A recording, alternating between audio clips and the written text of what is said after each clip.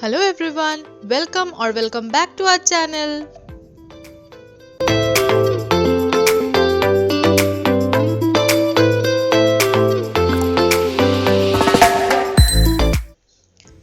So today we are going to see how to calculate the hours worked of an employee. For that we need to create a table. So here you can see a table has been created in the name of ABC company. We need to put the name of the employee and employee code. So here you can see the start time and end time has been given as per the date.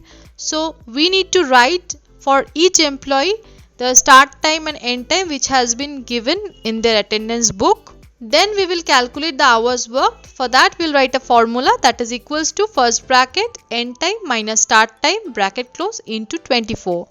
Enter. So we are getting the hours worked. Now we will drag it and the below ones will be automatically auto-filled. Now suppose if the end time has to be changed.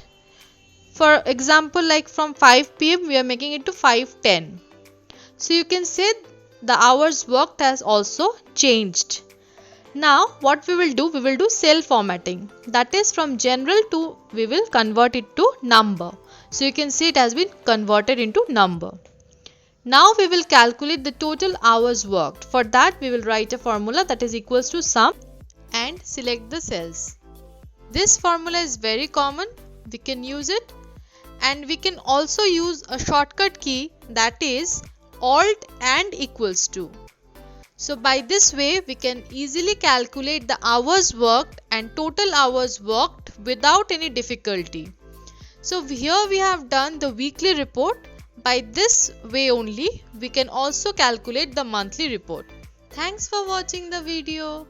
For more upcoming and informative videos, please do like, share and subscribe our channel.